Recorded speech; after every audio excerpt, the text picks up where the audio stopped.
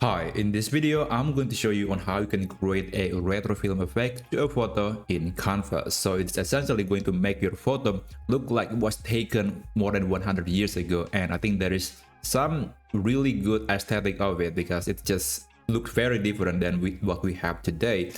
And fortunately, achieving that effect is not difficult at all. So the first thing that you need to do is you have to insert a photo to your Canvas document. And I'm going to insert this photo of a woman sitting in a rice field, and I'm going to set it as a background. And yeah, I think this is good enough. Click done. And after that, you want to download the photo with a smaller resolution because camera back in the day don't have the same resolution that we have today. They're usually much lower, so we have to introduce that pixelation artifact a bit by reducing the resolution. Click download, and the file type is, it could be JPEG, it could be PNG. I'm going to use PNG, and you want to reduce the resolution to maybe just half of the original size. And after that, you can also compress the file if you want to make it even more look lower quality if you want, and you can click download. Now just wait until it is downloaded to our computer. Okay, when it's done, I'm going to remove this photo because we don't need this anymore. We are going to upload the photo that has been reduced its resolution, and I'm going to set it as a background. Now just wait until it is uploaded and set it as a background. As you can see, it is definitely less sharp compared to the original photo, but that's exactly what we want to achieve.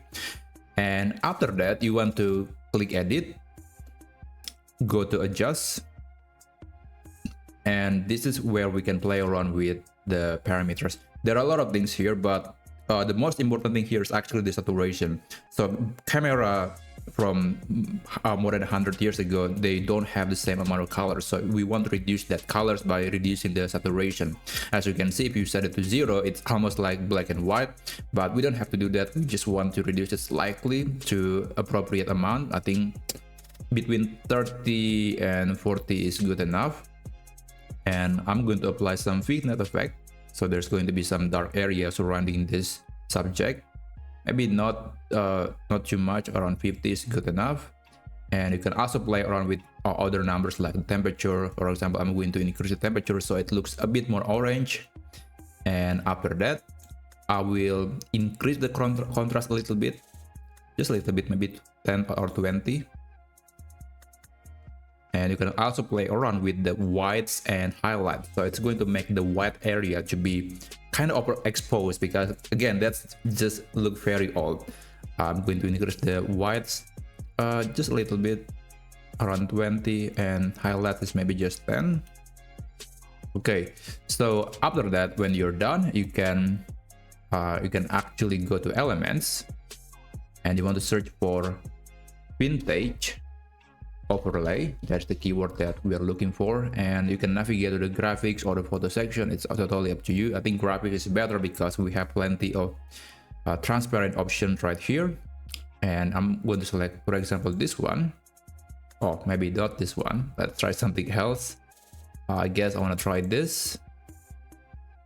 Okay, so let's make it bigger. And this is one style you can apply, but if you don't like it, you can try something else, like maybe this one. And yeah, I think this is good enough. But of course, let's try something else from the photo section because they usually have more variety. So there are many options, but they are not transparent. So that's one thing that to keep in mind. If you want to apply them, you have to add the transparency to this element. So if I put it here, I have to adjust the transparency, and yeah, around here is good enough. And this is the result. If you want to adjust the look of the photo further, you can click position, and then you can click layers, and you can click the background, and then you can play around with the adjustment number if you still want to make it look a bit different. So you can reduce the saturation again. You can also increase the dark area to make it more prominent.